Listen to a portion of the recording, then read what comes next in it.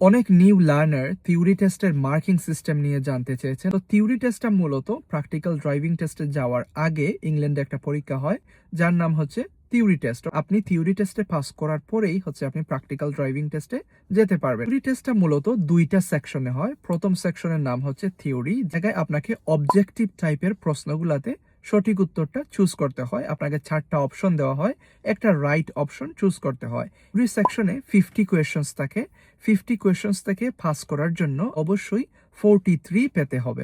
এই জায়গায় সময় থাকে 57 মিনিটস। এই হচ্ছে থিওরি সেকশন। এখন আসি সেকেন্ড যেই সেকশন, যার নাম হচ্ছে হাজার্ড পারসেপশন। হাজার্ড শব্দের অর্থ হচ্ছে একটা বিপদ, ওকে। আর পারসেপশন মানে হচ্ছে কোনো কিছু আইডেন্টিফাই করা। হাজার্ড পারসেপশন হচ্ছে এমন একটা সেকশন, কম্পিউটারের মধ্যে খুব শর্ট ভিডিও ক্লিপস প্লে করা হবে এবং আপনাকে ওই ভিডিও ক্লিপস দেখার পরে আইডেন্টিফাই করতে হবে ওই ভিডিওতে একজন ড্রাইভার হিসাবে আপনার সামনে আসা বিভিন্ন ধরনের হাজার্ড। এটা হতে পারে একটা কুকুর জাম্প করে রাস্তার মধ্যে চলে এসেছে এবং আপনি একজন ড্রাইভার হিসাবে কত আগে সেটা আইডেন্টিফাই করতে পেরেছেন। এই জিনিসটা আইডেন্টিফাই করার নামই হচ্ছে হাজার্ড পারসেপশন। এই হাজার্ড পারসেপশনে মূলত 14 ভিডিও ক্লিপস থাকে এবং প্রত্যেকটা ভিডিওতে 5 পয়েন্টস করে থাকে। যত আগে ওই হাজারটা আইডেন্টিফাই করে ক্লিক করতে পারবেন, তত বেশি পয়েন্ট আপনি পাবেন।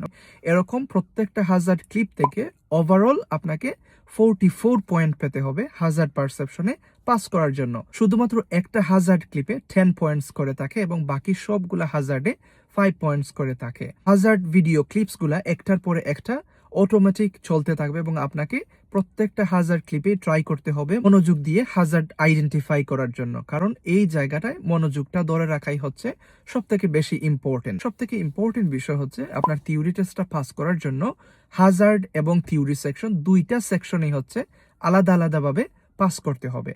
থিওরি সেকশনে পাস করার জন্য পাস মার্ক হচ্ছে 43 এবং হাজার্ড সেকশনে পাস করার জন্য পেতে হবে 44 পয়েন্টস। দুইটা সেকশনে আলাদা আলাদা পাস করলেই হচ্ছে আপনি থিওরি টেস্টটা পাস করবেন। এই ছিল মূলত থিওরি টেস্টটা কিভাবে হয়, কত মার্ক, কত সময় ইত্যাদি। আশা করি আমি আপনাদেরকে বুঝাতে পেরেছি।